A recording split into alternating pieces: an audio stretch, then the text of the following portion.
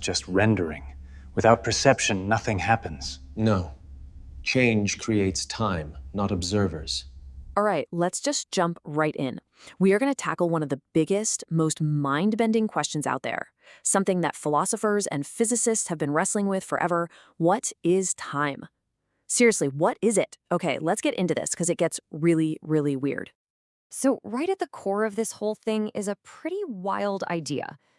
What if time, the past, the present, the future, this whole river we feel flowing past us, what if it's not real? What if it's just a trick our minds are playing on us, an elaborate illusion? To really get to the bottom of this, we're going to look at a fascinating debate between two totally opposite ways of seeing the universe. We'll call one the simulation view and the other the ontology view. One says time is a total illusion. The other, it says time is about as real as it gets. Okay, so check this out. The simulation view is basically saying, if nobody's around to see it, time just isn't a thing. I love this line. Without the player, the game does not load. Makes perfect sense, right? But then the ontology view comes back swinging, saying, whoa, hold on, we're just the witnesses, we're not the cause. Time is baked into the fabric of the universe itself as it changes and evolves. And this quote just nails ontology's point. A pulsar is like a lighthouse in deep space, spinning and sending out these regular pulses of energy. It's got a beat, a rhythm. So ontology asks a simple question. Did that cosmic drumbeat only start when we pointed a telescope at it? Or has the universe been ticking along this whole time completely without us? So, to make its case, ontology says, look, we're thinking about time all wrong. It's not just one simple thing. No, it's actually this really complex, layered idea, and you can break it down into three different kinds of time. The first one is the weirdest, most abstract one. It's called swish and halt. And this isn't just nothing. Think about that moment of pure electric silence in a concert hall right before the music starts. All the potential of that symphony is just hanging in the air, ready to go. That's swish and halt. It's the potential for a whole universe before that universe even gets started. Okay, next up is Chronos. Now, this is the time we all know and, well, the time we all know. It's the clock on the wall. It's that objective, measurable sequence of events. A becomes B, becomes C. An apple falls. A planet orbits the sun.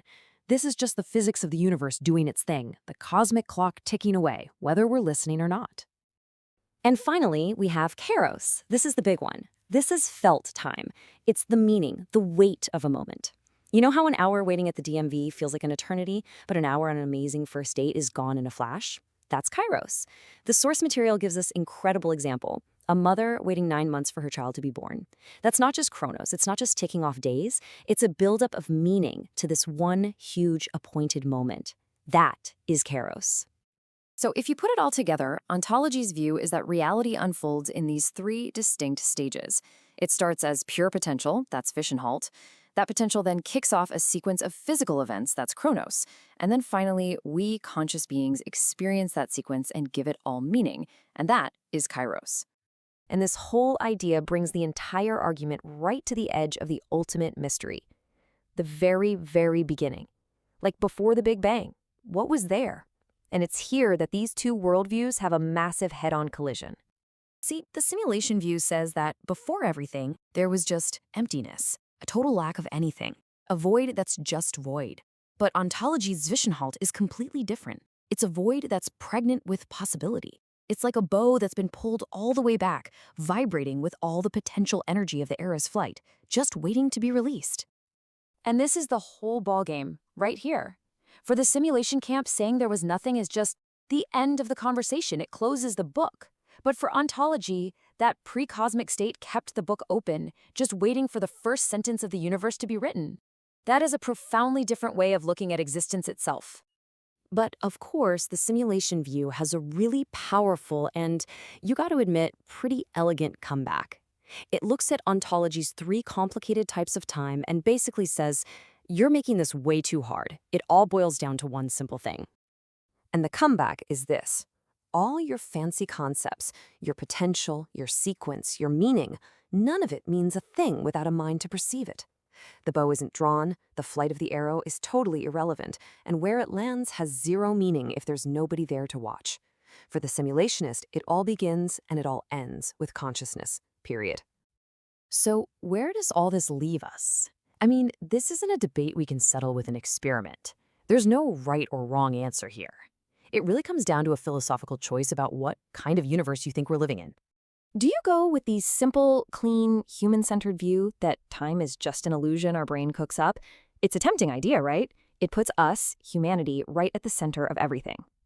Or do you choose the messier, more complex, more mysterious view that we're just one small part of this grand cosmic story that was unfolding long before us and will continue long after? One worldview makes humanity the star of the show.